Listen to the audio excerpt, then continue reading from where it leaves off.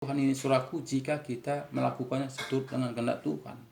Karena semua manusia ini berbeda karakternya, jadi tidak bisa sama seperti kita. Kadang teman kita itu membuat kelakuannya tidak seturut dengan kehendak kita, menjengkelkan hati kita. Jadi itulah katanya salib kita.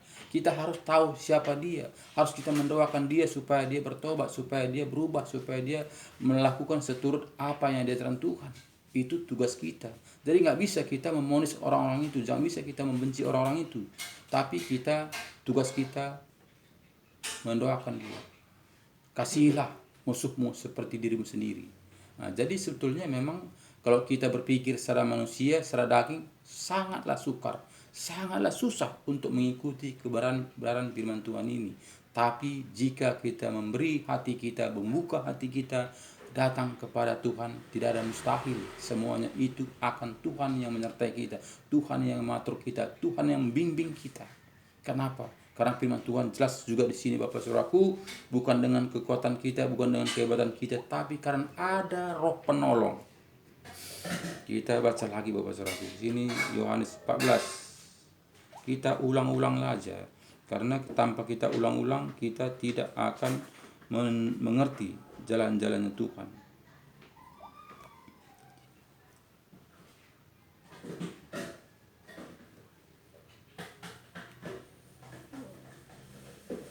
Di sini katanya, jikalau kamu mengasihi aku, kamu akan menuruti segala perintahku.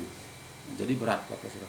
Jika kita percaya pada Tuhan Yesus, kita mengikuti perintahnya, kita mengikuti ajarannya. Jika kita katakan kita ini orang Kristen, berarti kita mengikuti aturan-aturan Kristus. Itulah artinya saudaraku. Jadi bagaimana kita mengikutinya jika secara daging? Tidak bisa. Dengan kekuatan kita tidak bisa. Dengan kekuatan kita tidak mampu mengikuti ajaran Tuhan Yesus. Karena tidak logika. Karena tidak masuk di akal.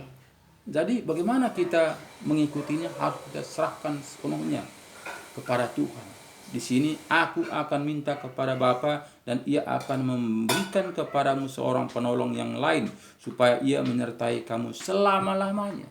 Jadi itulah membuat kita mampu. Itulah membuat kita bisa melakukan firman Tuhan ini seturut apa yang tertulis. Jika kita tidak serahkan kepada Tuhan sepenuhnya, kita undang Roh Kudus masuk dalam hati kita, tidak ada Roh Kudus diam dalam hati menguasai diri kita, tidak menggunakan Roh Kudus, kita tidak mampu, tidak kuat. Karena tantangan, gesekan, situasi itu yang membuat kita jadi tawar hati. Jadi Bapak Ibu Saudaraku, di sini katakannya kepada kita tadi, aku akan minta kepada Bapa dan ia akan memberikan kepadamu seorang penolong yang lain supaya ia menyertai kamu selama-lamanya. Jadi dia menyertai kita selama-lamanya, Saudaraku, dia menuntun kita, membimbing kita, menyertai kita, menopang kita, menunjukkan jalan kebenaran itu. Jadi bukan dengan kekuatan kita, bukan kehebatan kita, bukan karena usaha kita, tapi karena ada Roh Tuhan. Sudah dimateraikan dengan roh kita ini. Itulah akan ia bekerja. Itulah akan menunjukkan jalan-jalan kebenaran itu. Jadi bukan dengan akal kita, bukan dengan kehebatan kita. Seperti saya ini Bapak Saudara, tidak sekolah. Saya orang bodohnya. Kenapa saya bisa melayani ke sana sini? Itu karena Roh Tuhan. Bagaimana saya bisa menyampaikan firman setiap pagi? Itu karena Roh Tuhan. Bukan kekuatan saya. Saya tidak sekolah Alkitab kok, nggak tahu apa-apa. Tapi Roh Tuhan bekerja. Roh Tuhan membimbing. Roh Tuhan menuntun apa yang saya sampaikan kepada renungan setiap pagi. Jadi ini bukan kekuatan saya, tidak. Tapi karena Roh Tuhan bekerja. Jadi di sini tadi aku akan minta kepada Bapa dan ia akan memberikan kepadamu seorang penolong yang lain supaya ia menyertai kamu selama-lamanya, yaitu Roh kebenaran. Dunia tidak dapat menerima dia sebab dunia tidak mengenal dia dan tidak mengenal dia. Tetapi kamu mengenal dia sebab ia menyertai kamu dan akan diam di dalam kamu. Jadi jelas ini tadi kepada kita Bapak Saudaraku, karena ada Roh Tuhan, yaitu Roh kebenaran. Dunia tidak dapat menerima dia sebab dunia tidak melihat dia dan tidak mengenal dia. Tetapi kamu mengenal dia sebab ia menyertai kamu dan akan diam di dalam kamu. Jadi dunia tidak dapat Bapak Saudaraku.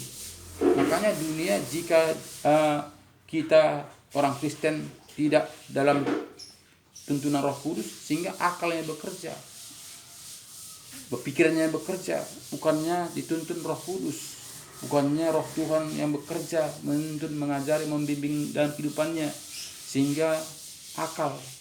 Jadi Bapak Saudaraku, marilah kita kembali kepada firman kebenaran, supaya kita ini dituntun, disertai. Dia akan mengajari kita, membimbing kita seturut dengan kehendak Tuhan. Jika kita dengan pikiran, dengan kekuatan kita pasti jatuh. Makanya kita banyak lihat hamba-hamba Tuhan jatuh ke dalam dosa. Kenapa? Karena dengan akal, dengan situasi. Jadi Bapak Saudaraku, marilah kembali kepada Alkitab, firman yang kita percayai, lakukan, taati, baca, sehingga Roh Kudus akan bekerja. Jadi terima kasih Bapak Saudaraku, tetap semangat, kembalilah kepada firman Tuhan, jaga kesehatan. Karena apapun kita bilang Bapak Saudaraku, jika tidak sehat, kita tidak akan bisa mendengarkan firman kebenaran, sehingga saat penyakit akan menggerogoti kita, sehingga kita lemah segala-galanya. Jadi tetap berusaha sehat, makan vitamin, banyak minum, supaya kita sehat. Terima kasih banyak. Tuhan Yesus memberkati kita. Shalom.